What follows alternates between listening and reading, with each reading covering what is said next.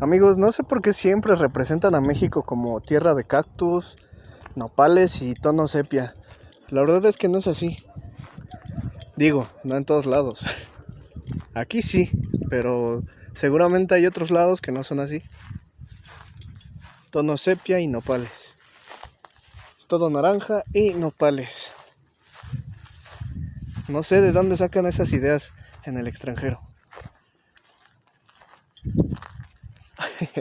Cuídense amigos, bye.